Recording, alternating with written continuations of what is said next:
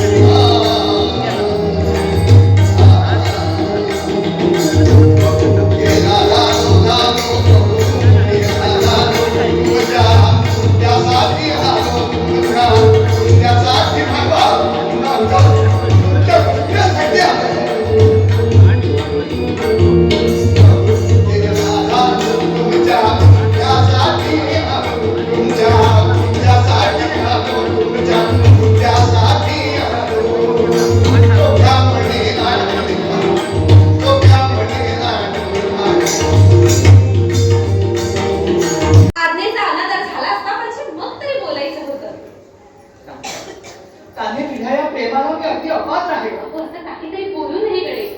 हे पहा, मी आपल्याला देवाच्या ठिकाणी लेखलं आहे. आमच्या कुळाचा बदल लौकिक जरी जगजाहीर असला तरी मी तशी नाही हो. माझं मन, माझं प्रेम चंचल नाही हे इकडच्या अनुभवाला आलंच आहे म्हणा. आपल्या उभयतांच्या आयुष्यातला परम पवित्र मंगल दिवस आहे. आजपर्यंत माझी इकडून मंथरणी करायची होत असेल, पण आता हे काही नाही श्यामाबाई. मंगळवेढ्याच्या सरकारांची तुम्हाला आणि तुमच्या मुलीला आज्ञा आहे. तुमच्या घरी काहीही समारंभ असो, ती सभा ऐकायला सरकार तयार नाही. तुमची मुलगी नाच गाण्याला आलीच पाहिजे आणि तुम्ही तिला धाडलीच पाहिजे. हा सरकारांचा तुम्हाला दुसऱ्यांदा हुकूम आहे. यानंतर तिसरा हुकूम तुम्हाला येणार नाही. आणि या हुकुमाची कामगिरी झाली नाही तर परिणाम ठीक होणार नाही हे विसरू नका. सरकारांचा असाच करेरावीपणा असेल तर मी पण सांगते, कान्हेच्या कौतुकापेक्षा मला सरकारांची सुद्धा किंमत नाही. जा, तुला काय सांगायचं असेल ते खुशाल सरकारांना जाऊन सांग. जा. हे काय? मंगळवेढ्याच्या पाळेकरांनी विलासराव सरकारने तुला नाचण्याची आज्ञा आहे. पण त्या आधीला आईनं काय उत्तर दिलं ते ऐकलं का? पण विलासराव मंगळवेढ्याचे स्वामी आहे. अहो मंगळ वेळेचे आहे, माझे नाहीत काही. त्याने मंगळवेढ्याच्या स्वामीच्या आज्ञेची सुद्धा पर्वा वाटत नाही आणि माझ्या आज्ञेची अपेक्षा करते. प्रीती सत्तेच्या सत्तेची सुद्धा पर्वा करीत नाही. प्रीतीला प्रेमाची आज्ञा मोडवत नाही. उलट त्यांना आपणाला आज्ञा करावी आणि आपण ती पाळावी असंच तिला वाटत असते. पोटी येऊन कुळाचा नाव लौकिक चांगलाच गाजवलास. घरातून व्यापाराकरता तुला बाहेर धाडला तर असा अकलेचा दिवा पाजळलास. आ कोण आहे? कसली गडबड आहे? गुलाबचंद कोण आहे ते? सांग सांग दिवट्या सांग, मी कोण आहे ते सांग. आरडा ओरडा करून हा वाडा डोक्यावर घेतो आहे, लोकांना कळू दे. आता मान खाली काय घातलीस? गुलाबचंदाचे वडील वाटतं आपण. होय बाळा, ज्यानं आपला बदकर्म करून माझ्या नावाला काळीमा फासला, व्यापाराकरता घरातलं डबोलं आणून ते तुमच्यासारख्या सहजोग कुंटणीच्या पदरात काढलं आणि हा बदसार सौदा केला. अजून त्यांच्या आवडत्या अभंगाचे प्रेमळ सूर वातावरणात कसे भरून राहिले आहे. मला चोखोबांना नमस्कार करायचा होता. त्यांचा आशीर्वाद मिळायला पाहिजे होता. चोखोबाच्या आशीर्वादाशिवाय कान्हो पात्रेवर देव देखील प्रसन्न व्हायचा नाही.